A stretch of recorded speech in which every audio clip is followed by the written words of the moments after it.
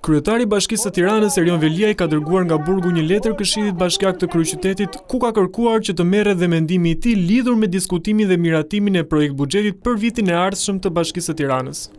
Ju drejtohem në cilësinë time kushtetuese dhe ligjore si kryetari zgjedhur i Bashkisë së Tiranës për t'ju kërkuar që përpara shqyrtimit të miratimit të konsultoni dhe të merrni paraprakisht mendimin dhe vullnetin tim institucional mbi projekt buxhetin e Bashkisë së Tiranës për vitin 2026. Më datë 18 dhjetor, Këshilli Bashkiak pritet të shqyrtojë dhe miratoj projekt buxhetin e Bashkisë së Tiranës për vitin 2026. Ky moment përbën aktin më të rëndësishëm financiar dhe politik të vitit për një bashki, pasi buxheti është instrumenti kryesor për realizimin e mandatit politik të kryetarit të mandati i dhënë drejt për drejt nga qytetarët e Tiranës.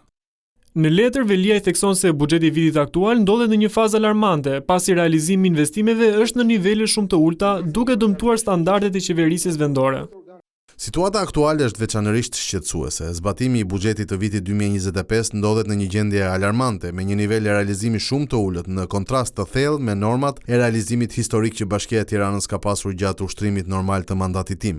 Ky është një tregues i qartë i paralizës institucionale që po i shkaktohet Bashkisë së Tiranës. Në këto kushte, miratimi i buxhetit për vitin 2026 pa konsultim me kryetarin e zgjedhur do të përbënte jo vetëm një devijim nga standardet e qeverisjes vendore, por edhe një vijim të gjendjes së rëndë që pengon realizimin e mandatit tim demokratik, duke e cënuar drejt për drejt prioritetet qeverisëse të miratuara nga qytetarët e Tiranës.